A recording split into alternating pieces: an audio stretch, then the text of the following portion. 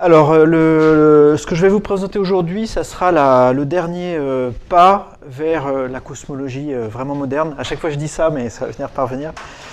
Donc, voilà, dans les séances qui restent. Donc, aujourd'hui, il y a des choses que je veux vous dire sur ce qui s'est passé jusqu'au début du XXe siècle. Et puis ensuite, la prochaine fois, ça commencera vraiment avec en gros Einstein, Hubble et les grandes stars dont vous rêvez tous. Patientez encore un tout petit peu. Le cours d'aujourd'hui va être un petit peu plus, j'allais dire décousu, non, c'est un peu négatif. Hein. Je vais vous présenter des choses assez diverses par petites touches comme ça. Et mon but, c'est pas forcément de faire un tout absolument cohérent ou de forcer à ce que ça soit cohérent. Il y a des choses qui, effectivement, n'ont pas forcément un gros rapport entre elles, mais je veux toutes vous en parler pour être prêt la prochaine fois pour aborder sereinement le XXe siècle. Je vais juste commencer par vous montrer quelques frises sur différents sujets. Et avant toute chose, je vais commencer par vous présenter ce qu'on a fait la dernière fois sur la frise. Voilà. Ça va être une frise qui va aller de 1600 à 2000, donc vous voyez, ça va viser assez large. Et je vais mettre sur cette frise les choses dont j'ai parlé la dernière fois, ou les dernières fois.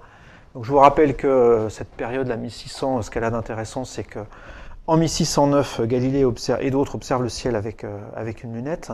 Donc il y a tout un tas d'observations astronomiques qui deviennent possibles.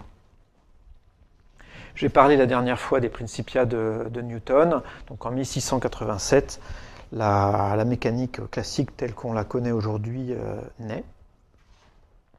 Et je vous ai parlé de cette expédition en Laponie en 1736 qui a permis de clarifier la forme de la Terre et donc de s'assurer qu'effectivement la mécanique de Newton était correcte, prédisait la bonne forme de la Terre, ce qui n'était pas le cas de la théorie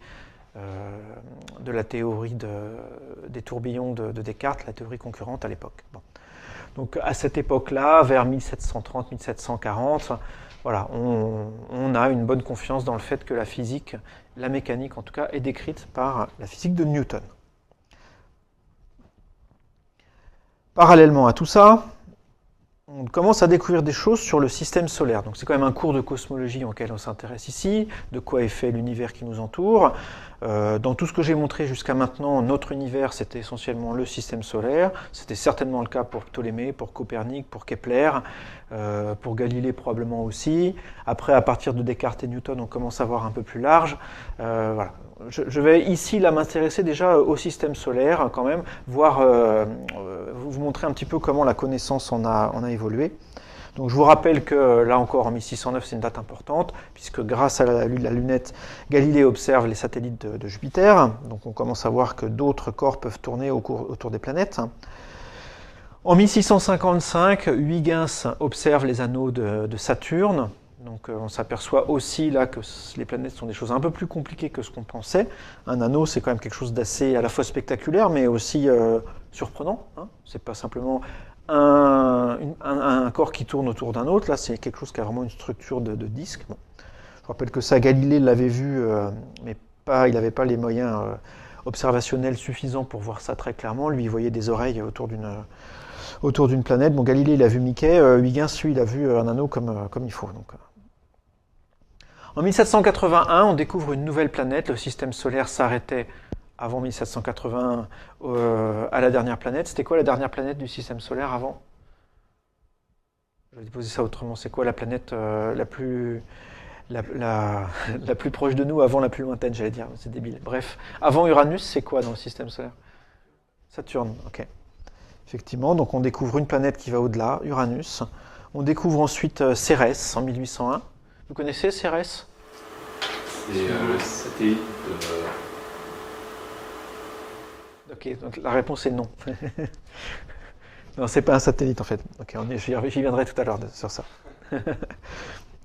Ensuite, en 1846, une autre planète est découverte, 1846. Cette planète, c'est Neptune, découverte par Le Verrier, ça j'y passerai un petit peu de temps. En 1892, on découvre Amalthée, que vous connaissez tous par cœur, non? Okay. Ça, je ne sais pas si j'y reviendrai. Non, ça, Amalthée, c'est un satellite de Jupiter aussi. En fait, il y en a plein des satellites de Jupiter, il y en a plus d'une vingtaine. Donc, il y en a 4 gros qu'on a vu tout de suite. Et puis ensuite, il y en a tout un tas. Entre 1892 et le début du XXe siècle, 1914, on en découvre comme ça plusieurs satellites plus petits que les 4 principaux. Bon. Ça, c'est pour l'anecdote, vous dire qu'on continue à découvrir des trucs. Pluton est découvert en 1930, donc ça commence à arriver ça fait moins de 100 ans, hein, on commence à arriver dans quelque chose de moderne. D'ailleurs, pour clarifier le vocabulaire, je vais faire comme dans l'art, je vais utiliser le mot moderne dans le sens art moderne, c'est-à-dire la période qui couvre le XXe siècle. Et je parlerai des fois de cosmologie contemporaine, comme pour l'art contemporain, des choses qui sont beaucoup plus récentes que ça. Donc pour moi, la physique moderne, ça va commencer en 1900. Je dirai un mot tout à l'heure. Je dis ça parce que ça va m'échapper, physique moderne, j'en suis sûr. Donc, voilà. Donc vous voyez que le système solaire, c'est quelque chose qui, en fait, régulièrement, on a découvert des choses dessus. Voilà, en 1979, une date clé aussi importante, on a réussi vraiment à les voir de près, certaines planètes. On a envoyé 2 sondes, Voyageur 1, Voyageur 2, il y en a eu d'autres après. Hein. Voilà, on pourrait continuer ça, je ne sais pas ce que je vais faire aujourd'hui, mais notamment, on a aussi envoyé une sonde hors du système solaire, hein, donc il y a une date à laquelle elle est sortie, mais ça, si ça vous intéresse, vous irez voir les documents sur le web, il y en a un petit peu partout. Bon. Il y a certains des épisodes là-dedans sur lesquels je vais m'intéresser aujourd'hui qui jouent un rôle important sur ce que c'est que la physique, ce que c'est que la science, l'astronomie. Hein. Donc, notamment la découverte de Neptune ici, c'est vraiment un moment important de la science. J'ai parlé tout à l'heure dans l'histoire des sciences, là, pardon, dans le cours de relativité, là tout à l'heure je parlais de la prédiction du positon et sa découverte ultérieure. Ben, on a quelque chose d'assez similaire au fait du point de vue de l'importance et de la méthode pour la découverte de Neptune. Je vais aussi vous parler un petit peu de théorie. Est-ce que vous savez qui sont ces 2 personnes? Bon, il y en a une, je vous indique, c'est Einstein en bas. L'autre, c'est qui? C'est un des théoriciens les plus brillants, probablement, du XXe siècle. Non, bah, de toute façon, vous n'allez pas l'inventer si vous ne savez pas. C'est Dirac. Et alors, je vais mettre ici les théories de la physique qui pourraient être des noms de matière que vous étudiez vous et vous montrer un petit peu quand est-ce que ça a commencé. Il n'y a pas de fin sur les barres que je vais montrer parce qu'il n'y a pas de théorie qui s'arrête. Hein. Enfin, théorie qui s'arrête, en général, on n'en parle plus parce que c'était simplement fausse. Bon. Donc, la plus ancienne ici, on peut discuter laquelle serait vraiment la plus ancienne, mais moi, je veux commencer cette histoire vers 1600. Donc, en 1611, on peut mettre l'acte de naissance de l'optique géométrique par Kepler, hein, un ouvrage de Kepler en 1611, dans lequel il comprend vraiment l'optique géométrique dans le sens où on la comprend aujourd'hui. Ensuite, on peut faire commencer la mécanique newtonienne avec les Principia de Newton. J'hésite là parce que je regarde ça et ça. Moi, c'est rouge sur mon écran et vous, c'est jaune. Donc, je suis curieux de voir ce que va donner le reste. Bref, peu importe. Donc, en 1687, début de la mécanique newtonienne, dont j'ai parlé la dernière fois. 1805, l'optique ondulatoire, hein, pardon. Vous auriez envie de mettre quel nom propre là avec optique ondulatoire? Ouais, c'en est un. Alors lui, c'est un tout petit peu après, 1815. Effectivement, il y a 2 personnes qui ont contribué au démarrage de ça, mais Fresnel, c'est un des principaux, peut-être même le principal. Mais il y a quelqu'un avant qui avait vu des choses en fait. Expérimentalement, il avait mis en évidence des phénomènes qui font appel à l'optique ondulatoire et qui a aussi écrit un peu des choses théoriques sur ça. Vous connaissez son dispositif en fait. Quand on vous parle d'optique ondulatoire, on parle d'interférence et il y a un nom qui sort avec ça. Non, alors Huygens c'est bien avant et il n'avait pas les idées aussi claires que ça. Avec quoi on voit des interférences? Ouais, avec les fentes de Young. Donc c'est Young en 1805 qui marque traditionnellement le début de l'optique ondulatoire. La thermodynamique, donc là j'ai mis 1824 comme date parce que c'est la date d'un ouvrage de Sadi Carnot, mais là c'est une histoire un petit peu compliquée, on pourrait pinailler sur quand est-ce que ça commence, mais en gros c'est ça, premier quart du 19e siècle, on a aussi la thermodynamique qui se met en place, on comprend des choses sur ce que c'est que l'énergie, ce que c'est que l'entropie, bon, essentiellement ça, le premier et deuxième principe. Voilà. Et en 1876, l'électromagnétisme avec les équations de Maxwell. Il y avait des choses bien avant sur l'électrostatique et la magnétostatique, mais j'ai choisi ici de vous montrer, de mettre la date de l'unification de ces 2 théories pour marquer l'électromagnétisme en 1876. Donc voilà, vous voyez que dans le troisième quart du 19e siècle, voilà l'essentiel des théories que vous apprenez, en fait en licence en physique. Il y aurait l'électricité qui fait partie un peu de l'électromagnétisme, et puis la partie électronique qui, elle, serait bien plus tardive que ça, qui serait dans le milieu de l'époque moderne, le milieu du XXe siècle. Alors, les gens qui vivaient là, enfin à cette époque-là, là, juste avant 1900, donc ils avaient sous la main toutes ces matières, ils avaient les mêmes choses que vous, en fait, et ils faisaient de la physique avec ce que vous savez. Et on peut lire des gens qui écrivent des choses un peu bizarres, hein, enfin bizarres aujourd'hui, surprenantes. Lord Kelvin qui écrit en 1900, voilà, il n'y a plus rien à découvrir en physique maintenant, tout ce qui reste à faire, c'est des mesures de plus en plus précises. Ce qu'on peut accepter, comprendre à l'époque. Effectivement, ils ont des théories pour décrire tout ce qui les entoure. Bon. Alors, c'est un peu... la date 1900, elle est assez amusante parce que c'est un moment où il va se passer en fait pas mal de choses. Vous le savez déjà, je vais en dire aussi un mot tout à l'heure, mais... Et traditionnellement, quand on parle de ça, c'est notoire qu'il y a des gens qui, à l'époque, pensaient que la physique était terminée, en quelque sorte. On cite aussi quelqu'un d'autre, Michelson, et on cite souvent ça, où il dit, donc un peu plus tôt, 1894, les lois fondamentales et les faits les plus importants en physique ont tous été découverts, et elles sont maintenant si fermement établies que la possibilité qu'elles soient remplacées en conséquence de nouvelles découvertes est extrêmement éloignée. Nos futures découvertes doivent être cherchées dans la 6e place après la virgule. Voilà, il faut déterminer des choses 6 chiffres après la virgule. Donc ça semble très similaire à ce que disait là dans la citation Kelvin. Donc Michelson dit ça. Alors il faut un petit peu se méfier parce que ça c'est vraiment l'exemple d'une citation qui est complètement sortie de son contexte. Et en fait Michelson il disait peut-être pas le contraire de ça, mais quelque chose d'assez différent en fait. Ça je l'ai pas, c'est pas moi qui l'ai trituré. Je suis allé tout à l'heure là sur Wikipédia, j'ai cherché Michelson citation et voilà un des sites donnait cette citation texto telle qu'elle est là. Alors en fait on va passer juste une minute à lire ensemble d'où ça vient ça. Voilà ce qu'écrivait en fait Michelson. Donc Michelson disait, effectivement le début c'est la même chose, néanmoins, il nous dit, on a vu qu'il y avait des exceptions apparentes à la plupart de ces lois. C'est particulièrement vrai lorsqu'on pousse les observations à leurs limites, c'est-à-dire dès que les circonstances d'une expérience sont telles que l'on peut examiner des cas extrêmes.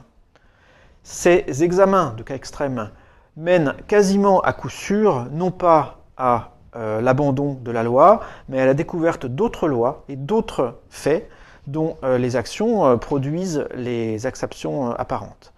Par exemple, comme exemple de telles découvertes, qui sont dans la plupart des cas dues à la précision de plus en plus grande que l'on fait grâce à des instruments de mesure de plus en plus puissants, donc voilà quelques exemples qu'on peut mentionner.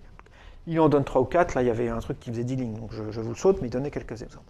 Et puis il dit ensuite, mais peut-être le plus frappant de ces exemples, c'est la découverte d'une nouvelle planète, ou l'observation de petites irrégularités qu'a noté Le Verrier dans le mouvement de la planète sur Uranus, et la découverte encore plus récente, la découverte brillante encore plus récente par Rayleigh d'un nouvel élément dans l'atmosphère, grâce à l'observation d'anomalies extrêmement petites et non expliquées qu'on a trouvées dans un volume donné d'azote. On peut penser à beaucoup d'autres exemples, mais ceux-ci suffisent pour justifier la déclaration que, ouvrez les guillemets, nos futures découvertes doivent être recherchées dans la 6e décimale. Donc vous voyez que cette histoire de 6e décimale, là c'est une citation qu'il fait, et en fait il fait référence, Michelson, précisément à ça, à Kelvin. Donc à un moment où effectivement Kelvin avait écrit la phrase que je vous ai citée, je vous la remets, donc Kelvin avait écrit ça.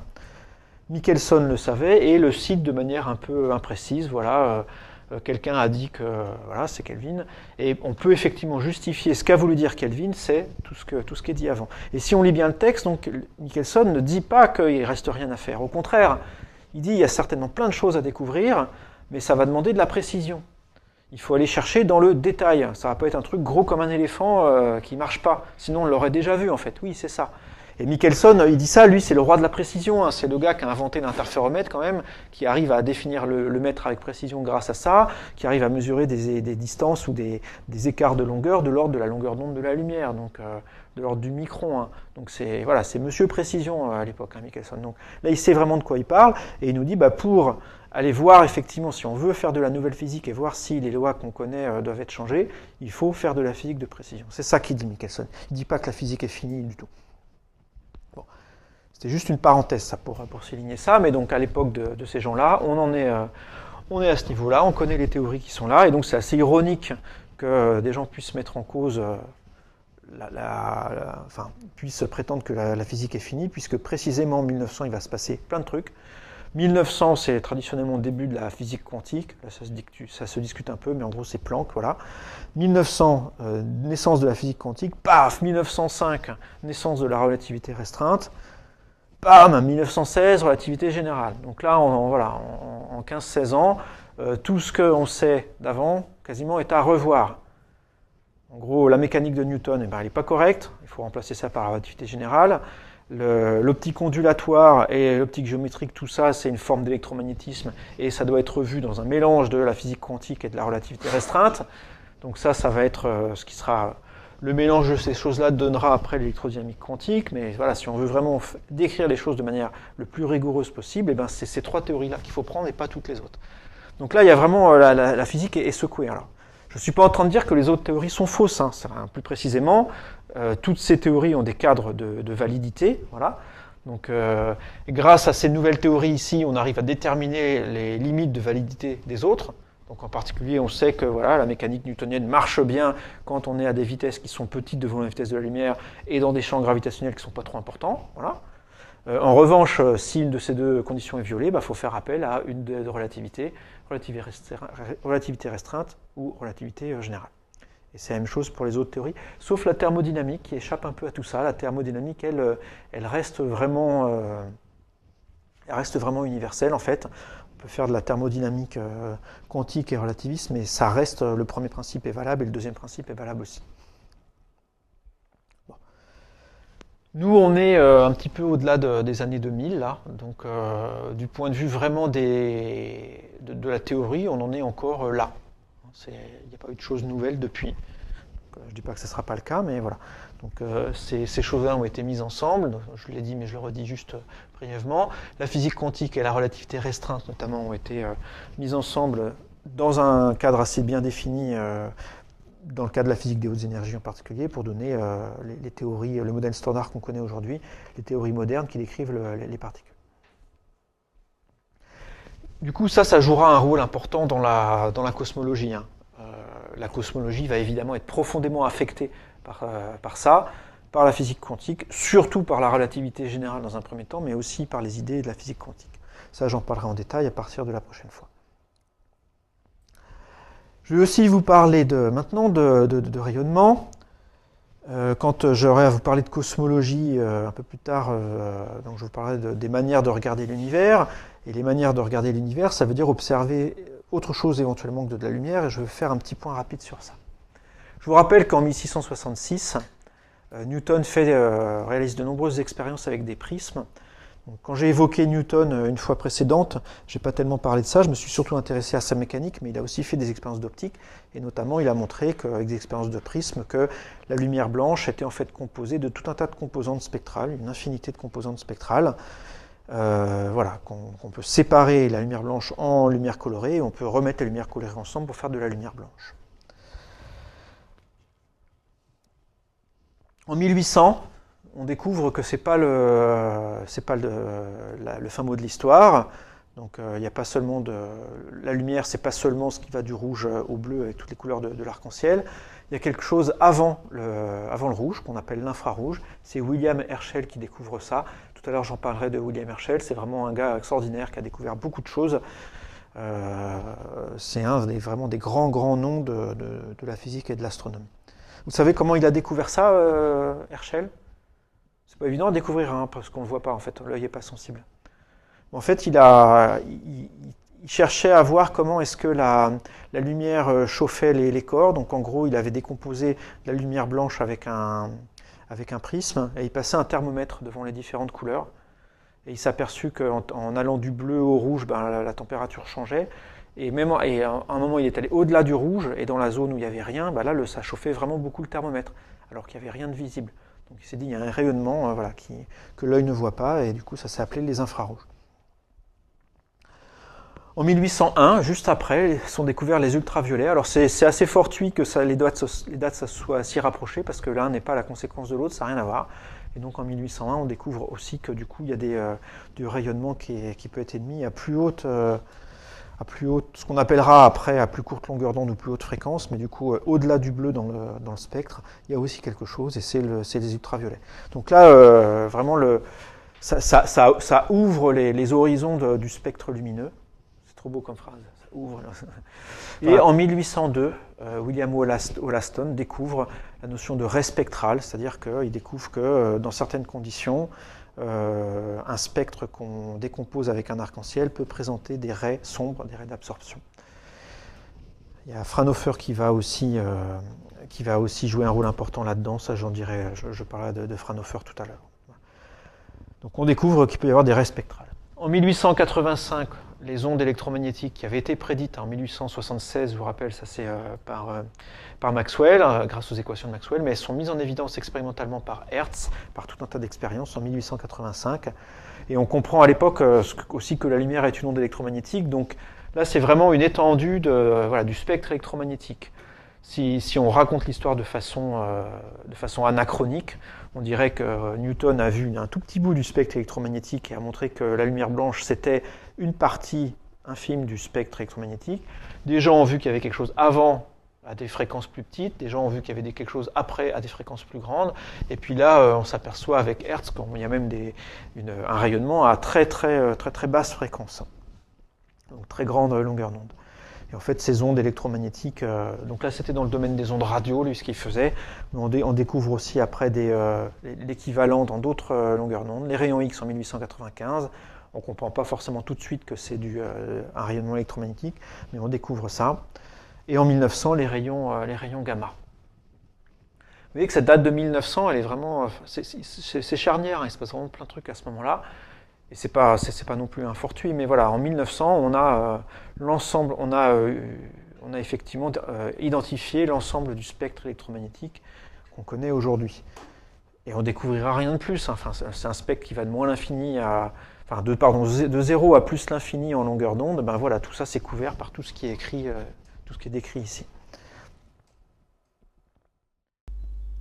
Alors je voudrais rajouter quelque chose. Il ne faut pas penser que l'accès à toutes ces longueurs d'onde et à l'ensemble du spectre, ça va affecter tout de suite l'astronomie. On pourrait se dire, ben voilà, maintenant on a plein de manières d'observer le ciel dans toutes ces longueurs d'onde, toutes ces gammes spectrales. En fait, ce qui va gêner, ce qui gêne pendant assez longtemps, c'est le fait que l'atmosphère est opaque à la plupart de ces rayonnements. Ça laisse bien passer une grande partie du spectre lumineux, de la lumière. Ça bloque une partie des infrarouges, ça bloque les rayons X, les rayons gamma. Voilà, ça réfléchit une partie des ondes électromagnétiques. Donc voilà, il faudra en fait attendre le milieu du XXe siècle pour qu'on commence à envoyer des fusées un peu plus haut dans l'atmosphère, ou bien des ballons, et ensuite même des satellites, pour que vraiment se développe une astronomie multilongueur d'onde telle qu'on la connaît aujourd'hui. Et alors, donc, dans ce que je viens de vous présenter ici, je vais revenir sur certains des points que je vous ai présentés sur le panorama, là, et je vais vous parler de différentes découvertes. Avant ça, je vais vous mentionner cette loi, la loi de Titius-Bode. Est-ce que vous connaissez cette loi? Ça vous dit quelque chose? Non, effectivement, elle n'est pas forcément très connue. Donc, elle date de 1766, c'est une loi d'astronomie qui a été d'abord énoncée, remarquée, on va dire, par Johann Daniel Titius, qui est un astronome allemand, puis qui a été reprise et puis élaborée par Johann Heller Bode, qui était aussi un astronome, qui était aussi allemand, et qui était directeur de l'Observatoire de Berlin de 1786 à 1824. Ça aura un rôle à jouer tout à l'heure, ça. Mais bon, en 1766, donc, Titius découvre la chose suivante. Ça concerne les tailles des orbites des planètes. Et il s'aperçoit que les tailles des orbites des planètes, alors à l'époque en 1766, on ne connaissait pas toutes les planètes qui sont sur ce diagramme ici. Vous oubliez Pluton, vous oubliez Neptune, vous oubliez Uranus. Voilà. Si on prend toutes les planètes entre Saturne et puis Mercure, on s'aperçoit que les rayons obéissent à une loi de ce type-là. C'est-à-dire vous prenez 0,4 et puis vous ajoutez des multiples de 2, enfin des puissances de 2 fois 0,3. Je vais vous donner les nombres qui correspondent à ça tout de suite. Mais voilà, ça fait. Alors, c'est un peu. Il y a un truc un peu bizarre dans cette loi, mais c'est comme ça. Le premier, il faut prendre moins l'infini. C'est-à-dire qu'il faut faire comme si ce terme n'était pas là. Ça fait R égale 0,4. Et pardon, je n'ai pas donné l'unité. C'est en unité astronomique, en fait. L'unité 1, c'est la distance Terre-Soleil. Voilà. D'ailleurs, c'est pour ce qu'on obtient ici, un n égale 2. Vous voyez que ça fait 0,4 plus 0,3 fois 2 puissance 2, donc, 2 puissance 1, pardon, donc fois 2, ça fait 0,6 plus 0,4, ça fait 1. Donc on a bien R qui vaut 1 ici. Voilà. Et donc si on calcule les rayons correspondant au nombre n allant de 1 à ce que vous voulez, et en prenant pour le premier moins l'infini, il se trouve que ça marche pas mal. C'est bizarre, hein, c'est une loi, ça fait un peu de numérologie, ça fait un peu comme les polyèdres de Kepler là, qu'on met les uns dans les autres. Et de fait, aujourd'hui, on n'a pas tellement de choses intelligentes à dire tellement sur cette loi aujourd'hui. Voilà, il se trouve qu'effectivement, ça marche, mais bon, on ne sait pas trop pourquoi, et il ne semble pas y avoir grand-chose de fondamental derrière. En tout cas, cette loi est remarquée. J'ai mis des traits quand même ici. Ça marche, mais pour n égale 4, il n'y a rien ici, et pour n égale 7, il n'y a rien. En fait, voilà, comme on n'a rien après Saturne, et en fait, les gens allaient jusqu'à n égale 6. En 1781 est découverte une nouvelle planète, Uranus, donc une planète qui est juste après Saturne dans l'ordre des planètes. Elle est découverte par William Herschel. Ce que je vous en montre ici, c'est évidemment pas ce qu'a vu Herschel dans son télescope. C'est une image qui a été prise de tout près par Voyager 2, qui est passé à proximité de cette planète en 1986. Et l'image qui est là-bas vous montre la taille relative de la Terre et d'Uranus. C'est évidemment un montage. Alors cette planète, elle a été vue en fait avant par d'autres gens. Flamsteed l'avait vue en 1690. Alors, je ne sais pas si ça fait tilt dans votre tête. Flamsteed, j'en ai parlé la dernière fois, quand je vous ai parlé de l'observatoire de Greenwich. Le truc était là pour observer, pour déterminer les longitudes, et observer le ciel pour déterminer les longitudes. Et il y avait des astronomes royaux qui étaient affectés à ça. Flamsteed, c'était le premier d'entre eux. Donc c'était un astronome royal, donc il passait son temps à observer le ciel pour avoir des cartes du ciel précises. Et donc il avait vu effectivement un point à un moment donné, mais des points il y en a beaucoup dans le ciel. Donc le problème c'est qu'Uranus elle bouge vraiment très très doucement dans le ciel, comme c'est la planète la plus éloignée, elle a une période très faible, une période très importante, pardon, donc elle tourne lentement. Et Flamsteed s'était simplement dit, c'est ou une étoile ou une comète, voilà. Le Monnier aussi la voit plusieurs fois entre 1750 et 1769, mais pareil, ça ne bouge pas suffisamment pour qu'il arrive à se dire c'est une étoile, que c'était une planète, pardon, et pour lui c'était probablement une comète qui était trop loin pour qu'on arrive à voir la queue et tout ça. Donc cet objet avait été vu, mais pas identifié comme une planète. Et c'est Herschel qui en 1781 effectivement fait des observations plus prolongé déjà, et puis avec un instrument qui était bien meilleur que celui de ses prédécesseurs en fait, un instrument de ce type-là. Donc il en avait plusieurs des télescopes. Celui-là c'est celui de 40 pieds. 40 pieds c'est la distance de la focale. C'est en gros la longueur du tube ici. Un pied ça fait 30 cm en gros. Donc 140 pieds ça fait 12 mètres. Voilà. Il y avait un télescope de 12 mètres de long ici. Il y avait là-dedans, ici, un miroir de 1,25 m de diamètre. Donc un miroir comme ça. Et alors on faisait, à l'époque, il n'était pas le seul à faire des télescopes avec des miroirs. Donc lui, il le fabriquait vraiment, le sien. J'y reviendrai tout de suite après. Non, je vais le dire maintenant. Donc Herschel, c'est quelqu'un qui effectivement fabriquait ces télescopes. Alors il a une vie assez étonnante aussi. En fait, il est musicien au départ, William Herschel. Il a écrit une vingtaine de symphonies, c'était ça son métier, quoi.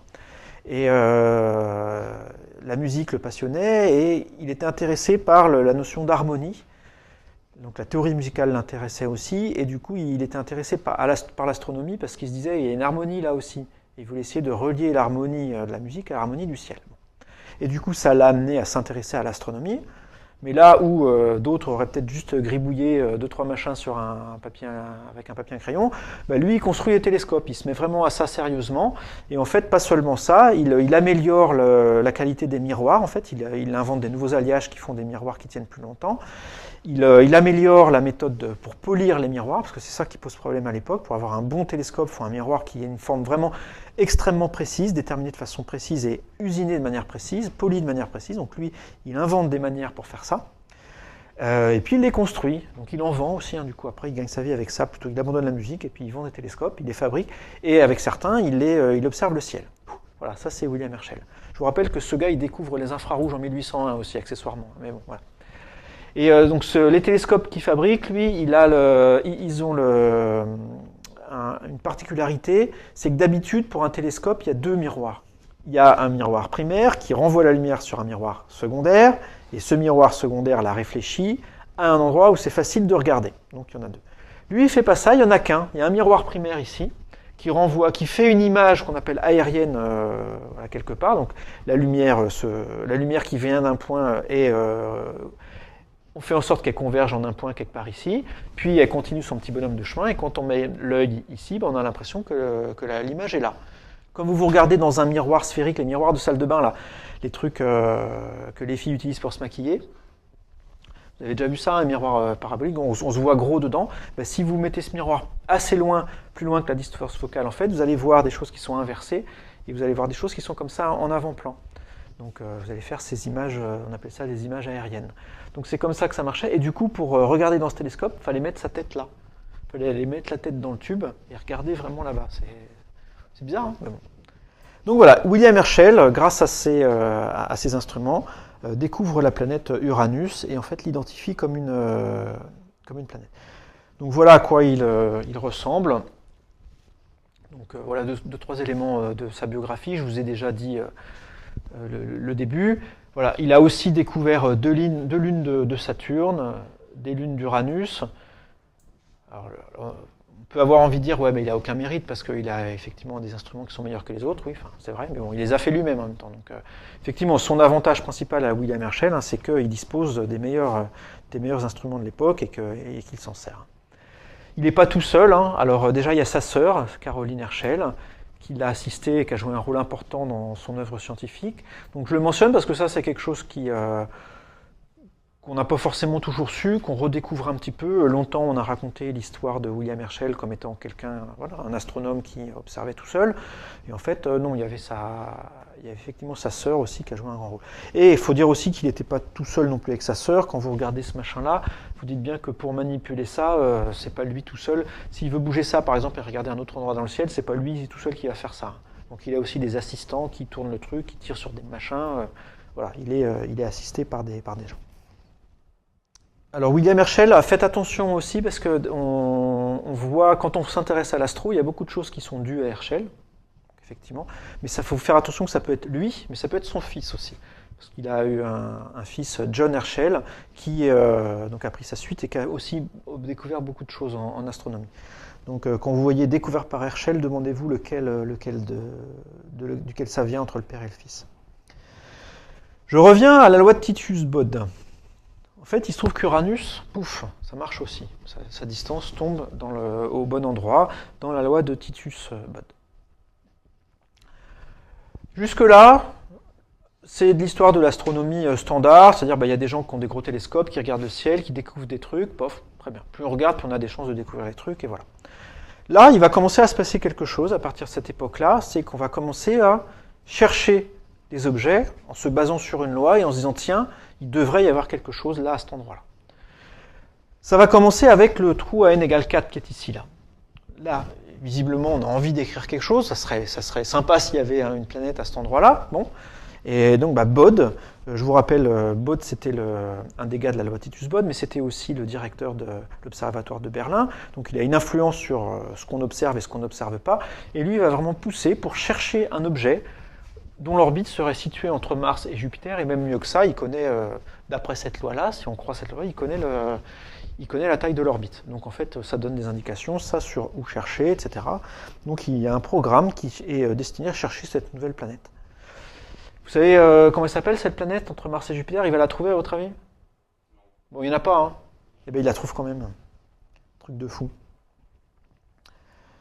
Ben, c'est Cérès. En fait, effectivement, il y a un objet à la position n égale 4, d'après la loi de Titius-Bode. Je peux même vous montrer sa photo. Voilà, ça ressemble à ça. Alors ça, c'est aussi une image plus récente, même elle est très récente, elle a été prise il y a quelques semaines. Je ne sais pas si vous avez vu les infos, il y a une sonde Dawn qui est passée près de ce truc-là.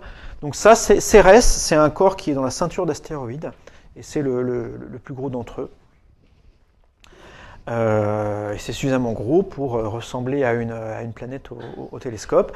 Et donc effectivement, il y a cet objet-là, parmi d'autres, au niveau de la position prédite par Bode, ici pour n égale 4. Alors en fait, ici, ça serait même tout la ceinture d'astéroïdes à cet endroit-là. Là. Ce qui a fait dire à des gens d'ailleurs que la ceinture d'astéroïdes pouvait être éventuellement une planète à un moment donné qui se serait disloquée. Et donc voilà. Ce qu'on voit ici, c'est les restes de la planète qui étaient là. C'est pas la façon dont aujourd'hui on comprend ça, mais on le lit encore parfois pourtant. Bon. Donc elle est sympa cette loi, hein. On la comprend pas, mais elle nous permet quand même de décrire des trucs. Donc j'y reviendrai, évidemment il y a n égale 8 où on a envie de dire quelque chose dessus, je vais le faire juste après. Alors juste pour finir sur Cérès, là, donc elle a été découverte en janvier 1801 par, en fait c'est l'astronome qui a découvert ça, s'appelle Giuseppe Piazzi. Donc a publié, mais au moment où il a publié, en fait, Cérès est passé du mauvais côté du Soleil par rapport à nous, donc du coup, elle n'était pas visible la nuit, donc on la voyait peu, donc elle était perdue de vue, et à l'époque où elle devait effectivement réapparaître, on ne savait pas où elle était. En fait, les observations qu'avait faites Piazzi permettait de dire qu'elle était à cet endroit-là à telle époque, mais il n'en avait pas pris suffisamment d'observations pour avoir vraiment sa trajectoire et du coup pouvoir extrapoler et savoir où elle se trouverait plus tard. Donc en fait, elle a été effectivement un peu perdue. Et c'est Carl Friedrich Gauss. Gauss, vous connaissez ce nom, hein? Il a fait plein de trucs. Il y a le théorème de Gauss, par exemple, qu'on a vu ensemble, mais en maths, il y a beaucoup de choses qui sont dues à lui. Donc c'est un grand mathématicien qui s'est aussi intéressé à la physique, les conditions de Gauss en optique. Voilà, et donc, Gauss développe des méthodes pour déterminer la trajectoire physique des planètes en connaissant quelques points d'observation dans le ciel. Donc il y a des gens qui avaient déjà des méthodes pour ça, mais moins efficaces. Lui, vraiment, il améliore ça, grâce aux outils analytiques aussi qui commençaient à être développés en maths. Et il applique ces méthodes aux observations qui avaient été faites de Cérès et permet en fait de la retrouver du coup, et de mieux calculer sa trajectoire. Donc là, on commence à voir arriver aussi le fait que les mathématiques, les méthodes mathématiques commencent à jouer sur le fait qu'on observe ou pas quelque chose, qu'on découvre quelque chose ou pas. Là, on arrive vraiment à un moment où la science se mathématise, l'astronomie se mathématise, enfin l'ensemble de la science en fait. Alors, on va aller un petit peu plus loin dans le système solaire, Neptune. Je vais vous parler de la découverte de Neptune. Et pour ça, on revient un tout petit peu en avant.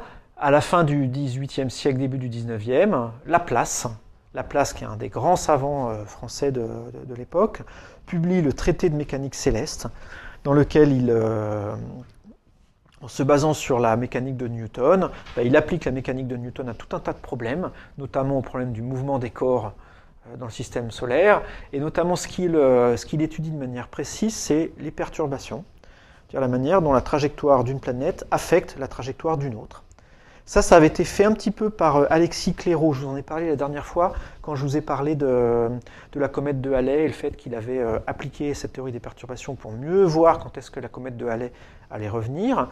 Donc il avait utilisé des méthodes mathématiques de l'époque et à lui. Et Laplace, lui, vraiment reprend ça de manière systématique et apporte des méthodes mathématiques beaucoup plus puissantes, en fait, qui permettent de traiter ces perturbations. Et du coup, disposant de ça, il est entrepris de refaire des tables astronomiques qui vont prédire la position des planètes en tenant vraiment précisément compte des perturbations des planètes les unes sur les autres grâce à ce travail-là. Donc ça commence en 1821, parce qu'à l'époque, Laplace avait déjà publié des choses, et donc le Bureau des longitudes entreprend ce calcul. Et donc ça consiste, c'est vraiment du calcul numérique, on a des formules mathématiques qui sont données là-dedans. Voilà, on a des observations qui nous disent les planètes ont été observées tel jour, à telle heure, à tel endroit, paf, il faut mettre tout ça ensemble et faire des calculs pour dire du coup, demain, à telle heure, la planète sera ici, après-demain, elle sera là et tout. Donc c'est du calcul numérique j'allais dire bête. C'est bête dans le sens où il n'y a pas grand-chose à comprendre, faut juste, une fois que ça s'est fait, il faut juste l'appliquer. Mais c'est long, hein. Il n'y a pas de machine à calculer à l'époque, enfin plus précisément, il n'y a pas d'ordinateur. Il y a des calculateurs analogiques qui permettent effectivement d'améliorer la vitesse de certaines opérations. On dispose de tables de logarithmes aussi, qui permettent, ça j'en ai parlé un petit peu, qui permettent de faire des multiplications de manière rapide, mais c'est quand même très long. Bon.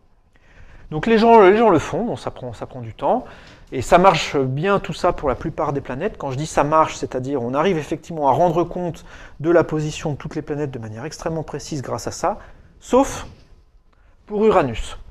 Uranus qui avait été découverte par Herschel, là, son mouvement il est bizarre. Quand on cherche à expliquer comment elle tourne autour du Soleil, eh ben, on trouve que ce qu'on calcule ne correspond pas à ce qu'on observe, et que même en tenant compte des perturbations des autres planètes, ben, ça continue à pas coller. Donc il y a un problème.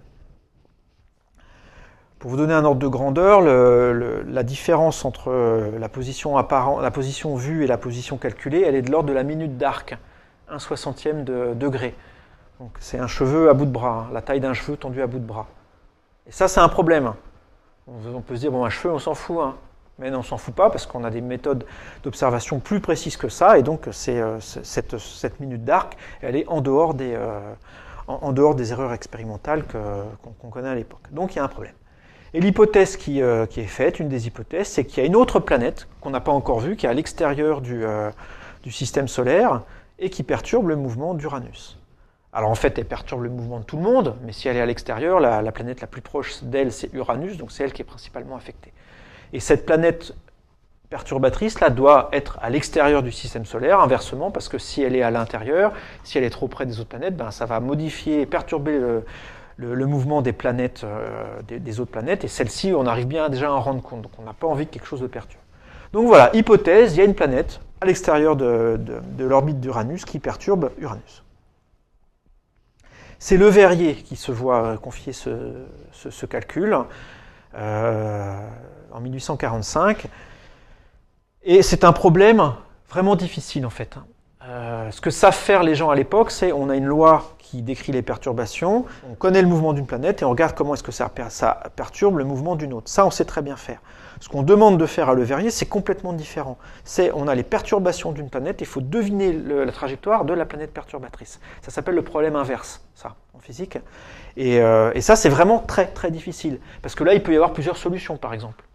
Dans le cas de calculer la perturbation d'une planète connue sur une planète connue, ça c'est facile, il n'y a qu'une solution. Là, dans le sens inverse, il peut y avoir plusieurs solutions. Il peut y avoir une planète très massive et très lointaine, ou bien peu massive et très proche. Voilà, il y a tout un tas de paramètres comme ça différents qui peuvent donner les mêmes perturbations.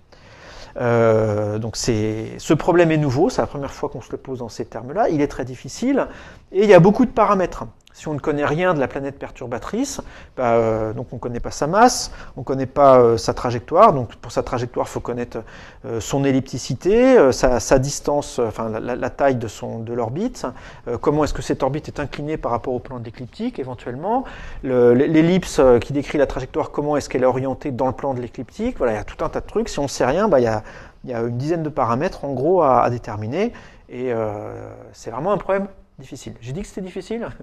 C'est un problème difficile. Bon, mais Le Verrier, c'est pas la moitié d'un... Bon, le Verrier va y arriver. Et alors, pour les détails de tout ça, parce que je vais, moi, quand même passer assez vite, je vous conseille, vraiment, donc je vous conseille des livres tout le temps, mais celui-là, il est vraiment bien. Le bouquin, donc, Le Verrier, savant, magnifique et détesté. C'est en français. Donc ce bouquin de James Lequeux, qui est un grand spécialiste de l'astronomie, qui est un astronome professionnel, et donc il mène une action depuis pas mal de temps de faire connaître aux gens les biographies, les travaux de gens qui ont travaillé à l'Observatoire de Paris. Le Verrier en fait partie. Il y a aussi du même auteur un bouquin sur François Arago, j'aurai probablement pas l'occasion d'en parler ici, mais voilà. Et ce qui est vraiment bien, c'est que c'est vraiment un ouvrage d'histoire des sciences, c'est-à-dire qu'il nous montre des documents des documents d'origine. Je peux vous montrer là, j'ai pas fait le scan, mais donc il vous montre par exemple ici ça c'est vraiment des notes qu'avait prises Le Verrier avec les positions prédites, positions observées, et c'est un scan d'un document qu'utilisait Le Verrier. Vous avez aussi des lettres manuscrites, voilà. Bon. Et l'histoire que je vais vous raconter maintenant, là, elle est vraiment très très bien décrite là-dedans. C'est pas tout le bouquin, Le Verrier il a fait plein de choses, donc la découverte de Neptune, ça fait en gros une 50aine de pages au début. Il y a d'autres choses très intéressantes sur lui. Le bouquin sur Arago est vraiment très bien aussi. Et d'ailleurs, dans cette collection-là, Science et Histoire, donc c'est EDP Science, l'éditeur, il y a vraiment plein de volumes chouettes. Hein. Si je regarde à la fin, là, il y a des choses sur l'univers développé, la physique du XXe siècle, Ampère, des neutrons pour la science, des quasars aux trous noirs, enfin, il y a plein de choses vraiment chouettes. Et alors, ce qui se passe plus précisément pour la découverte de Neptune, donc, c'est que, effectivement, Le Verrier arrive à trouver une position de planète qui permettrait de comprendre comment Uranus est perturbé. Le 31 août 1846, il présente ses résultats à l'Académie des sciences et il dit voilà, le mouvement d'Uranus, on peut l'expliquer s'il y a une planète qui se situerait à tel endroit, qui aurait telle orbite. Plus précisément, qui aurait telle orbite au cours du temps. Évidemment, le premier truc qu'on a envie de faire, c'est de calculer la position dans le ciel et de mettre un télescope dessus, de regarder si effectivement cette planète est là. Alors, c'est pas si simple que ça, parce que probablement que si on n'a pas encore vu cette planète, c'est qu'elle est peu brillante, donc il faut un gros télescope. Et il y a aussi autre chose, c'est qu'il faut, pour espérer voir cette nouvelle planète, il faut disposer de cartes du ciel précises. Parce que si vous regardez le ciel, vous voyez tout un tas de points lumineux. Okay. Vous avez une carte du ciel sur laquelle la moitié des points lumineux sont là, ben, très bien, vous reconnaissez, et puis vous voyez l'autre moitié des points lumineux qui ne sont pas sur votre carte parce qu'elle n'est simplement pas à jour, ben, vous ne pouvez pas savoir qu'effectivement un de ces points est la nouvelle planète recherchée. Donc il faut une carte du ciel qui soit vraiment à jour, pour qu'effectivement il y ait un point brillant de différence entre votre carte et ce que vous observez. Il se trouve que ça, à Paris, à l'Observatoire de Paris, il n'y avait pas tout ça. Il n'y avait pas le matériel et il n'y avait pas les cartes. Essentiellement, il n'y avait pas les cartes d'ailleurs. Donc à Paris, en France, on ne peut pas pointer un télescope pour vérifier la prédiction de Le Verrier. C'est fou hein, quand même, hein, mais c'est le cas. Bon. Donc Le Verrier a quand même envie que ça soit observé. Il écrit à Jonathan Gottfried Gall, qui est à l'Observatoire de Berlin, d'ailleurs le même que celui dont on parlait tout à l'heure, où travaillait Bode. Bode est mort à ce moment-là. Bon. Il écrit à Gall, donc le 18 septembre, la lettre part, cachée de la poste faisant foi. Le 23 septembre, la lettre arrive à Gall. La nuit même, il regarde dans le ciel, pouf, et il voit la planète. Et donc Le Verrier devient une superstar. Il a effectivement découvert, inventé, prédit l'existence de nouvelles planètes. J'ai mis 3 mots, qu'est-ce qu'on met là? Est-ce qu'il a découvert la planète? Alors je vais l'appeler Neptune, elle ne s'appelait pas encore Neptune, mais je vais l'appeler Neptune. Voilà. Est-ce qu'il a découvert Neptune? Je ne sais pas. Il l'a certainement prédite. Est-ce que Gall a découvert la planète? Lui, je ne sais pas non plus. C'est lui probablement qui a le premier pointé un télescope vers le ciel pour voir ce truc-là, donc oui. Mais bon, le rôle de Le Verrier était quand même important là-dedans. Donc là, vous voyez que la notion de découverte aussi, ici, elle devient un petit peu floue. Là, c'est en même temps, avec cet épisode de Neptune, le fait de découvrir quelque chose est autant un fait théorique qu'un fait expérimental, en fait. Et ça sera vrai aussi pour pas mal de choses qu'on verra plus loin. Mais c'est pas, donc l'astronomie, ça devient pas, c'est pas juste on regarde dans le ciel et puis on voit les choses. En fait, se mélange à ça vraiment une compréhension de ce à quoi on s'attend. Alors l'histoire, elle est un petit peu plus subtile que ça, en fait. Je ne vais pas rentrer dans tous les détails, mais juste en 2 mots. D'une part, on s'est rendu compte que la précision que Le Verrier avait annoncée était très exagérée. En gros, il avait dit, ouais, bon, alors avec j'ai fait tous les calculs, et en gros, elle devrait être là. Paf, hop, en donnant des barres d'erreur, mais elle devrait être là. Et en particulier, alors, c'est pas tout à fait ça qu'il a fait, là je suis en train déjà d'interpréter. Lui, Le Verrier, ce qu'il a fait, c'est qu'il a dit, la nouvelle planète devrait tourner sur une ellipse qui a telle ellipticité, tel rayon, tel grand axe, la planète ayant telle masse, etc. Donc il note les paramètres de l'orbite. Après, une fois que vous donnez ça à un astronome, lui, il sait comment traduire ça, il faut regarder en tel endroit. Mais c'est les paramètres de l'orbite qu'il a donné, Le Verrier. Il a donné tout ça avec certaines incertitudes expérimentales, donc, mais en fait, il s'est avéré qu'il était assez loin du compte, en fait. Que le rayon qu'il donnait, notamment, n'était pas correct. Et l'ellipticité non plus, enfin voilà. Du coup, certains se sont dit, ouais, bah, c'est un coup de bol. Hein. Donc, il a donné un truc super pas précis, on a regardé, on a vu ça au bon endroit, voilà, il a vraiment eu de la chance. Je n'irai pas jusque-là. Je reviendrai tout de suite après sur ça. Juste, j'ai parlé des tailles là et j'ai oublié de vous mentionner quelque chose, donc je vais le faire maintenant. J'ai dit tout à l'heure que Le Verrier, pour faire ses calculs, pour estimer les paramètres de la nouvelle planète, là, avait une dizaine de variables à ajuster. Mais en fait, il a triché un petit peu, Le Verrier. Parce qu'il s'est dit, bah, il y a une des variables que je vais dire que je la connais, c'est la taille de l'orbite. En fait, je vais prendre la loi de Titius-Bode, et je vais mettre n égale 8 là-dedans, donc c'était la suivante, et du coup ça me donne la taille de l'orbite. Ça a marché jusque-là, hein, et je dis, bah, ça serait bête de s'en priver, donc il reprend cette loi que personne ne comprenait à l'époque, et puis il l'utilise pour déterminer les paramètres. Alors il se trouve qu'en fait Neptune, c'est la première des planètes qui ne satisfait pas à la loi de Titius-Bode, donc voilà, ça sera... Après, pour Pluton, ça sera pareil, elle n'est pas dessus non plus. Enfin, sa distance n'est pas conforme à la loi de Titius-Bode. Donc, on se rend compte à cette époque-là aussi que, voilà, c'est... On ne comprend pas pourquoi ça marchait, mais il ne faut pas non plus prendre ça trop au pied de la lettre. Alors, il y avait d'autres gens qui avaient eu des idées similaires à celles de Le Verrier, notamment Bessel, en 1845. Donc, au même moment où on donne à Le Verrier la mission de trouver sur le papier la nouvelle planète, Bessel avait déjà mentionné que, voilà, je pense qu'un moment viendra où la solution du mystère d'Uranus sera peut-être fournie par une nouvelle planète dont les éléments seraient connus par son action sur Uranus et vérifiés par celle qu'elle exerce sur Saturne.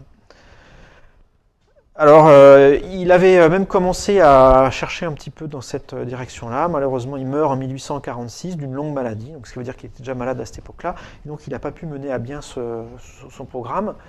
Donc l'histoire aurait peut-être été différente si effectivement il avait été en bonne santé et s'était attelé à ce problème-là, parce que Bessel, c'est un des gars très probablement qui avait les capacités de faire ce qu'a fait Le Verrier. Au point de vue mathématique, c'était vraiment quelqu'un de très fort, de très original. Voilà. Donc, on ne va pas faire de l'histoire science-fiction, mais voilà, on peut imaginer que. Bessel, d'ailleurs, vous connaissez Bessel, ça vous dit quelque chose, hein? Non, vous n'avez jamais vu ce nom-là? Ouais, il y a en maths, peut-être, il y a des fonctions qui portent son nom, des fonctions de Bessel. Mais je n'ai probablement pas vu ça. Ok. Autre pavé dans la mare, en 1845 toujours, il se passe des choses en Angleterre aussi. Là, tout ça, c'était en France. En Angleterre, enfin, pas Bessel, mais le coup de Le Verrier et puis l'Académie des sciences et tout ça. En Angleterre, il y a un autre gars, John Couch Adams, qui informe Airy, tous les deux sont anglais, hein, Airy et Adams, de ses travaux sur la planète inconnue. Donc il est lui aussi en train de faire la même chose que Le Verrier, en fait. Vraiment, il fait la même chose. Airy, je vous rappelle, c'est un des astronomes royaux aussi. Hein. C'est un des gars de l'observatoire de Greenwich dont j'avais fait la liste la dernière fois. Je ferme cette parenthèse. Et alors Airy, lui, est mis au courant de ça. Du coup, il demande des détails à Adams sur son calcul et tout ça, que visiblement Adams a terminé. Il a effectivement les données de la planète. Mais Adams ne lui répond pas. Pas trop pourquoi, mais Adams, en fait, il est passé à d'autres choses, Adams. Voilà. Et il ne cherche pas spécialement, Adams, à voir la planète qu'il a, à mettre des observations sur la détermination théorique qu'il a faite, mais voilà. En 1846, Airy demande aussi des précisions à Le Verrier, parce que Le Verrier vient de publier des articles en disant qu'il va se lancer dans la détermination de la nouvelle planète inconnue, donc voilà, les gens savent qu'ils cherchent ça. Donc Le Verrier répond lui à Airy et lui dit bah voilà ce que je vais faire. En fait même j'ai déjà une position préliminaire, enfin des données préliminaires, des grandeurs préliminaires pour l'orbite de cette nouvelle planète. Si vous voulez, je peux vous envoyer des détails quand j'en aurai plus, au fur et à mesure, il n'y a pas de problème et tout. Cette fois-ci c'est Airy qui répond pas, pour une raison qu'on ne comprend pas non plus. Airy ne fait pas suite, n'est pas spécialement intéressé à ce que Le Verrier lui donne les détails de la position de la nouvelle planète. Et alors, je le mentionne ça parce que, après la découverte de Le Verrier, il va y avoir une polémique. Et les gens vont dire, ouais, mais en fait, Adams avait tout fait avant. Donc, ça doit être l'Angleterre qui a la paternité de la découverte de Neptune. Ça va assez loin. Il y a une question nationaliste une rivalité entre Angleterre et France. Hein, bon, ça c'est le cas. Il se trouve que Adams et Le Verrier n'étaient pas du tout rivaux entre eux. Le Verrier et Adams s'entendaient même assez bien, ils avaient des échanges cordiaux, mais c'est vraiment d'autres gens qui vont monter ça en épingle pour essayer de mettre en avant le travail d'Adams et de mettre en arrière celui de Le Verrier. Alors aujourd'hui, la situation elle est quand même assez claire. C'est évident que Le Verrier il a fait ça tout seul, voilà, très bien. Adams avait aussi fait des choses intéressantes et mérite qu'on reconnaisse effectivement le bien fondé de ses travaux, mais c'est quand même Le Verrier, le premier qui a déterminé et publié et fait savoir les coordonnées de la nouvelle planète, qui a fait en sorte que ça soit observé aussi, qui est allé plus loin et en demandant à des astronomes de regarder, et donc qui est responsable de la découverte de cette planète. Mais donc, si vous allez voir le livre de James Lockyer, là, tout ça, c'est vraiment décrit en détail, puis c'est vraiment très bien écrit. Et alors, cet épisode-là, c'est vraiment l'archétype de la découverte scientifique. Et pour les gens qui font de la philosophie des sciences ou de l'épistémologie, on vous montre ça vraiment comme exemple. C'est, vous voyez, là, un gars prédit l'existence d'une planète, toc, avec purement la force de l'esprit. Il donne cette prédiction aux observateurs qui effectivement regardent et voient au bon endroit la bonne planète. Et c'est vrai que c'est quand même assez exceptionnel. Ça se passe rarement aussi bien en science. C'est le cas, on voudrait à la limite que ça se passe tout le temps comme ça. Faire une prédiction, la vérifier expérimentalement, et puis effectivement ça marche ou ça marche pas. Et si ça marche, tant mieux. Là c'est un cas où ça marchait effectivement. Là, au stade de l'histoire où on en est, on a toutes les planètes de Mercure à Neptune. Il y en aura encore une, Pluton, qui sera découverte plus tard, mais celle-ci joue pas de rôle dans ce que je veux dire. En revanche, on va s'apercevoir que Mercure, la planète la plus proche du Soleil cette fois, a aussi des irrégularités qu'on ne comprend pas bien. Donc quand on calcule son mouvement en utilisant l'attraction de Newton en 1 sur r carré du Soleil et des autres planètes, on trouve un mouvement qui ne correspond pas à celui qu'on observe effectivement. Donc Mercure, ça colle pas bien non plus. Donc, avant c'était la planète la plus éloignée du Soleil, maintenant c'est la plus proche du Soleil. Donc c'est un écart qui est petit, parce que pour s'en rendre compte, il a fallu avoir cette fois-ci des observations vraiment, vraiment tardives. C'est au 19e siècle qu'on s'est rendu compte de ça. Le mot technique de ça, c'est avance du périhélie de Mercure. En fait, Mercure fait des ellipses autour du Soleil, comme toutes les planètes, et si on regarde l'axe de l'ellipse, en fait, il tourne autour du temps. Donc on dit que le périhélie de Mercure avance. Donc il y a une partie de cette avance qui est due à la perturbation des autres planètes, mais une partie qu'on ne comprend pas.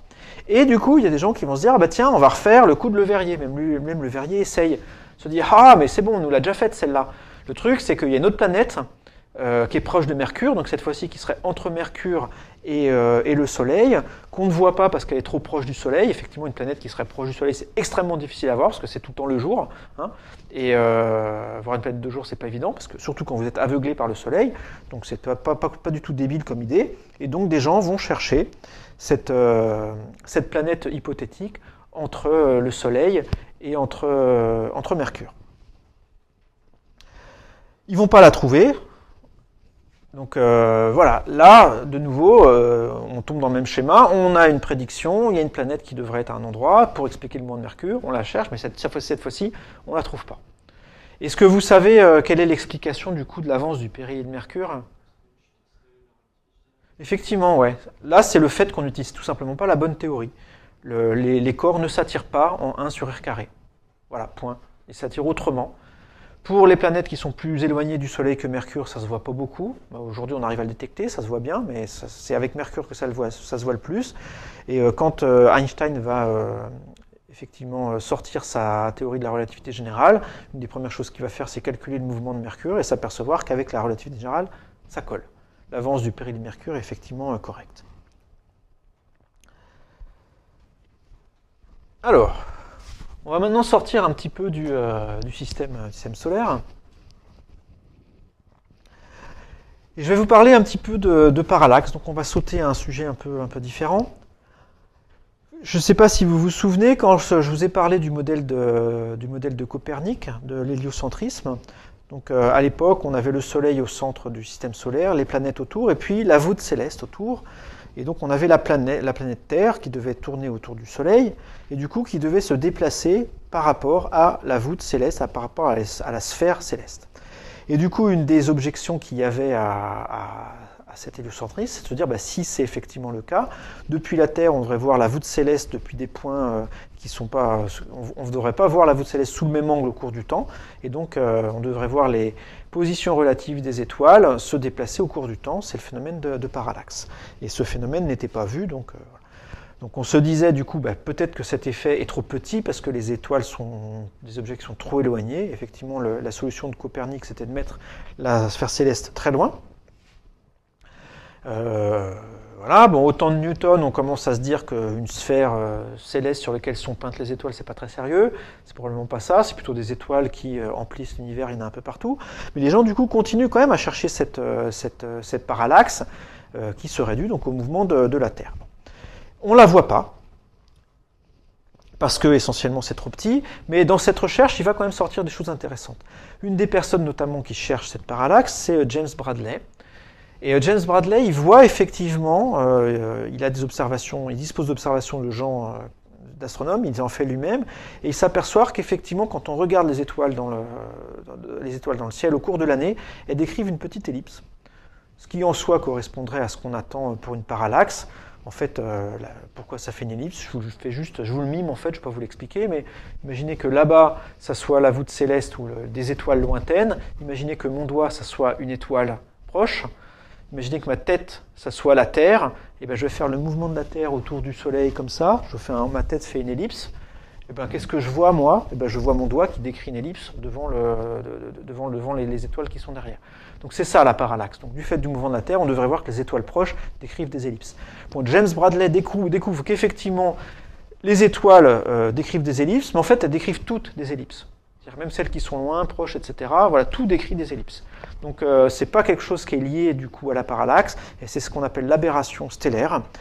Donc ça c'est quelque chose qui est lié au mouvement de la Terre. En fait, quand la Terre s'avance, on voit arriver la lumière vers nous, et ce qu'on voit, c'est la composition de la vitesse de la lumière et de la vitesse de la Terre. Et donc ça modifie le vecteur vitesse, en gros, associé à la lumière, ce qu'on appellerait aujourd'hui le vecteur vitesse. Et donc on a l'impression que la lumière vient d'une autre position de ce qu'elle vient effectivement. L'analogie qu'on fait souvent sur ça, c'est quelqu'un qui se promène avec un parapluie. Si vous avez de la pluie qui tombe verticalement et que vous êtes immobile, vous mettez votre parapluie au-dessus de vous et vous êtes au sec. Si maintenant vous marchez avec votre parapluie au-dessus de vous, vous allez vous prendre la pluie.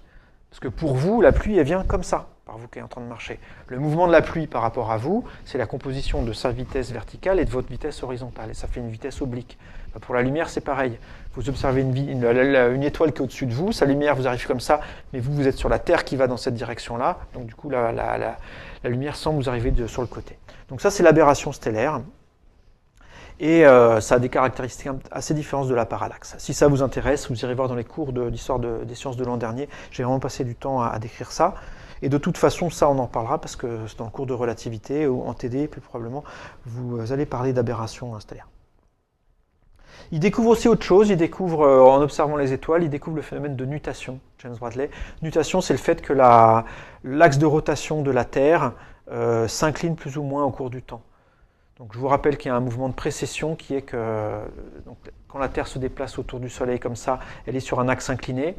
Donc ça se déplace en gros comme ça avec un vecteur, un axe de rotation qui a une direction à peu près fixe dans l'espace. Je dis à peu près fixe parce que non, en fait ça tourne légèrement avec une échelle de temps très longue, comme ça, c'est le mouvement de précession. Et en plus de tourner, il s'incline plus ou moins aussi, ça c'est le mouvement de nutation. Et c'est Bradley qui découvre ça. Donc tout ça, c'est né d'une recherche de la parallaxe. Bon, il y a quand même des gens qui vont l'observer, cette parallaxe, notamment la première parallaxe qu'on observe, c'est la Lune, c'est normal, c'est l'objet le plus près de nous, en 1751, par deux personnes qui ont des noms de personnages de BD, Lalande et Lacaille. Donc Joseph Jérôme Lefrançois de Lalande et Nicolas Louis de Lacaille. Et ils ont fait l'expérience suivante, ils ont observé la Lune ici, depuis deux points de la Terre. Il y en a un qui était au Cap, il y en a un qui était à Berlin. Donc ils étaient assez loin. Et du coup, la position de la Lune leur apparaissait légèrement différente par rapport au plan du ciel, vu qu'ils étaient éloignés l'un de l'autre. Et ils sont arrivés comme ça à déterminer la parallaxe de la Lune. et donc à mieux déterminer la distance aussi Terre-Lune.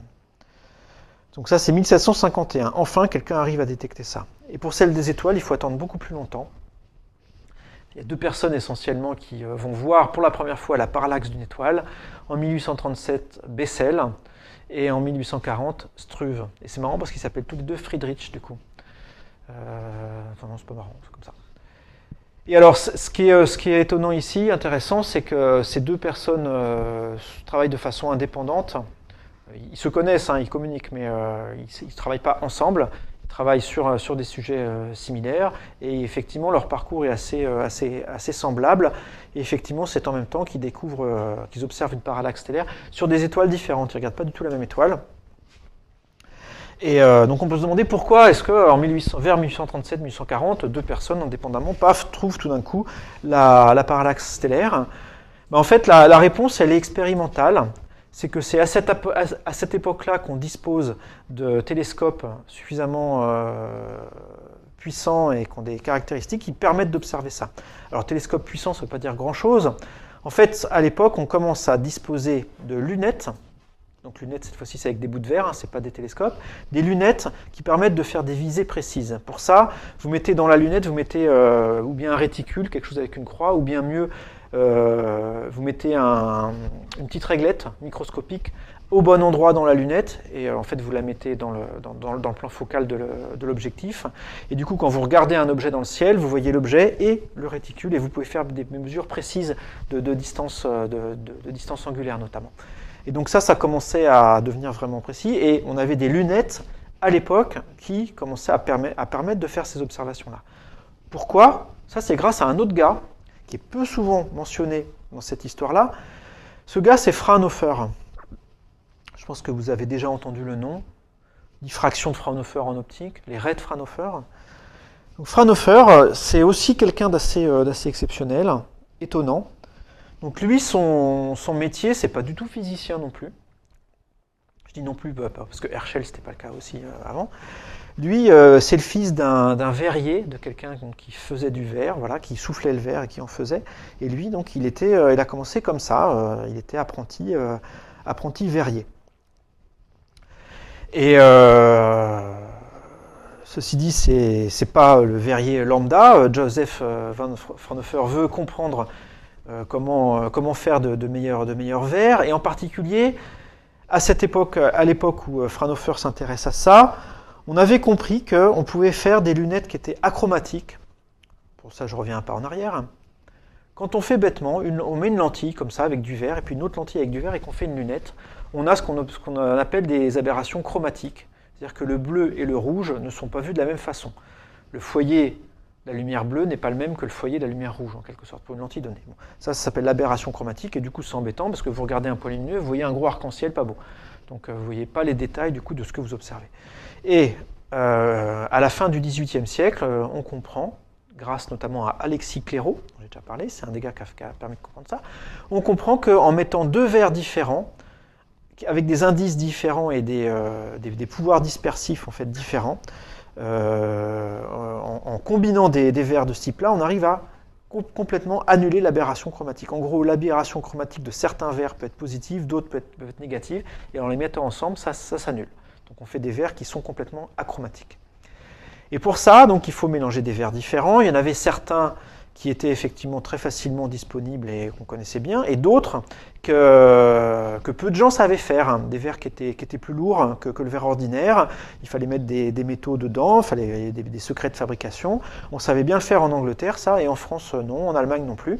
Et Joseph Fraunhofer se lance là-dedans, en fait. Il essaye de faire des verres de ce type-là pour l'optique. Donc il fait des verres, lui, pour l'optique, pas pour les vitres et l'argenterie, enfin, ou les verres en cristal, hein. Il y en a qui font ça, mais lui, non, lui, c'est pour l'optique. Et du coup, il va même très loin, parce qu'il se rend compte que s'il veut faire des verres qui ont des propriétés intéressantes pour les opticiens, il va falloir donner l'indice du verre, et donner même l'indice dans différentes couleurs. Dire dans le bleu, c'est tel indice, dans le rouge, c'est tel indice. Et ça, c'est quelque chose qui n'est pas très précis, a priori, parce que le bleu, c'est beaucoup de longueur d'onde, hein.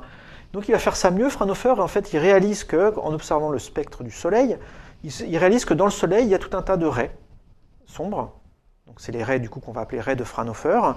Et il va utiliser ces raies-là pour calibrer les indices de réfraction de ces verres. Plus précisément, il y a certaines raies très très bien marquées dans le spectre, il va leur donner des noms, la raie A, la raie B, la raie C, la raie D. La raie D de Fraunhofer notamment, c'est celle du sodium, c'est un doublet. Et il va dire, ben voilà, pour la raie C, toc, voilà l'indice de réfraction de mon verre. Pour la raie D, voilà l'indice de réfraction de mon verre. Plutôt que dans le rouge ou dans le bleu. C'est des informations qui sont beaucoup plus précises de dire, en fait aujourd'hui on dirait à telle longueur d'onde. Hein. À son époque, on n'en était pas encore tout à fait là, mais ça correspondrait à ça. Et donc, c'est cette volonté de caractériser les verres de manière précise qui conduit Fraunhofer, du coup, à la spectroscopie. Et Fraunhofer s'intéresse à comment observer des spectres, des raies spectrales de manière précise. Il observe des milliers de raies dans le Soleil, il les repère, il les note, il les consigne. Donc après, des gens peuvent les utiliser aussi, s'y référer en tout cas. Et c'est le premier aussi qui utilise non pas un prisme, mais un réseau pour faire de la dispersion, pour étaler le spectre et faire la spectroscopie. Et du coup, il étudie aussi de manière empirique comment mieux utiliser le réseau. Est-ce qu'il faut plus de traits ou moins de traits, des gros traits, des petits traits. Et c'est pour ça qu'aujourd'hui, ce qu'on appelle la diffraction de Fraunhofer, enfin, la diffraction dans les conditions qu'utilisait Fraunhofer, on appelle ça aujourd'hui les conditions de Fraunhofer, ou diffraction à l'infini. Hein. Diffraction à l'infini, vous avez entendu ce mot-là. Ben, c'est lui en fait qui étudiait ça, et il utilisait ça pour essayer de voir le mieux possible la figure de diffraction due à un réseau. Voilà. On dirait ça comme ça aujourd'hui. Lui, il disait la meilleure manière d'observer un spectre ou des raies spectrales dans un spectre continu. Donc ça, c'est Fraunhofer. Et du coup, Fraunhofer met aussi au point des objectifs achromatiques, met au point des lunettes. Il vend des lunettes. Et il vend des lunettes en particulier aux gens des observatoires dans lesquels travaillent Bessel et Struve. Et donc c'est pour ça que c'est à cette époque-là que les gens disposent de matériel pour observer la parallaxe stellaire. Donc il est un peu responsable aussi, lui, de ça. Et encore une fois, c'est un gars qui est parti de rien, il est autodidacte. Hein, voilà, c'est un gars, il soufflait le verre, il a commencé en soufflant le verre. Il y en a un, c'était en soufflant dans des flûtes, lui c'est en soufflant le verre, vous avez compris la morale. Si vous voulez réussir en physique, il faut souffler. Troisième pan de ce que je veux raconter ici, on découvre aussi d'autres objets que des étoiles ou que des planètes. Je vous ai parlé là du système solaire et puis des étoiles, mais il y a d'autres choses qu'on découvre. Et assez tôt, on s'aperçoit qu'il y a d'autres choses dans le ciel qui ne sont pas des étoiles. On va appeler ça des nébuleuses.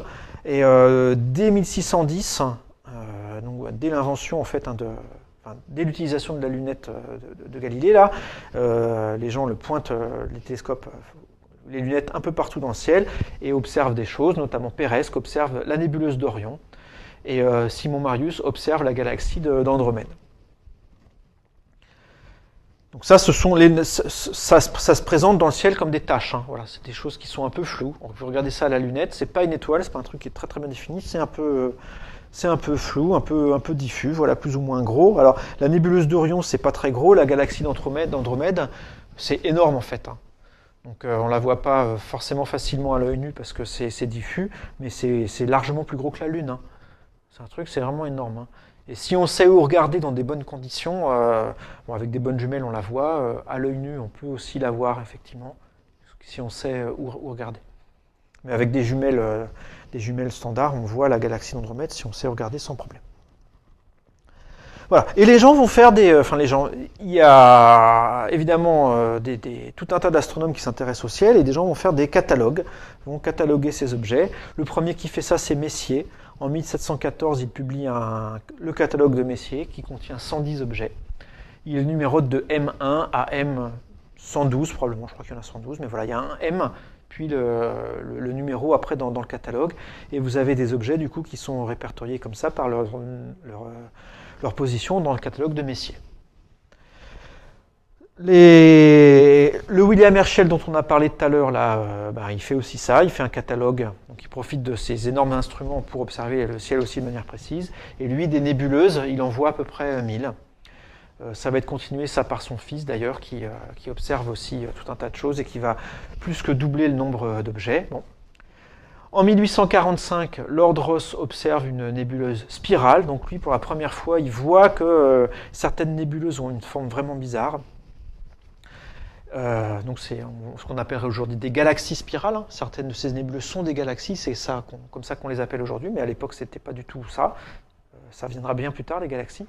Et alors, l'ordre Rosse, je ne vais pas en parler plus que ça, mais ça, vous irez voir aussi dans le cours d'histoire de l'optique, si ça vous intéresse.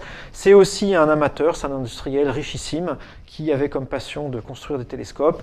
Et lui, il a construit un truc qui s'appelle le Léviathan, où là, c'était vraiment un truc démesuré, encore plus grand que celui d'Herschel, un truc monstrueux. Bon, voilà.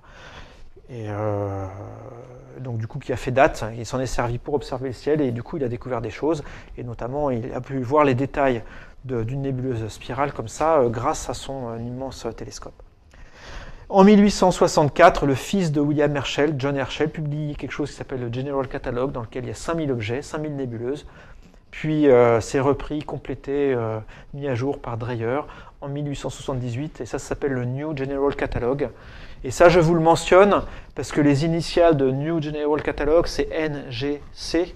Et ça, c'est aussi un nom qu'on donne aux objets. Par exemple, ça, c'est la nébuleuse d'Orion. Vous la trouvez sur les sites d'Astro. Ça s'appelle ou bien M42, parce que c'est la 42e dans le catalogue de Messier, ou NGC 1976. Ce n'est pas une année, 1976, c'est vraiment le numéro de l'objet dans le catalogue dont j'ai parlé tout à l'heure. Et donc ce catalogue-là, New General Catalogue. Donc il y a plusieurs milliers d'objets là-dedans, et la plupart des objets, si vous faites de l'astronomie amateur, la plupart des objets que vous avez envie de regarder, vous pourrez regarder avec un télescope amateur, ils auront un numéro dans ce catalogue-là. Et enfin, je voudrais terminer en disant quelques mots sur la spectroscopie.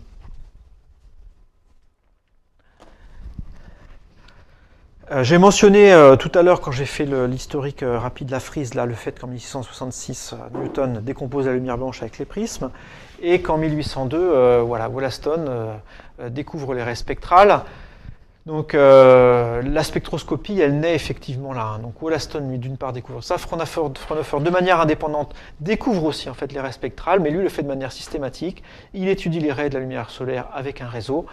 Et à partir de ce moment-là, la notion de raie spectrale est quelque chose qu'on peut étudier. Les gens le font. Et notamment John Herschel, donc le fils de William, et puis quelqu'un qui s'appelle Talbot, commence à faire les analyses spectroscopiques des éléments. Et au cours du 19e siècle, il devient absolument clair que une raie spectrale est associée à un élément. Voilà. Il y en a qui étudient les flammes, par exemple.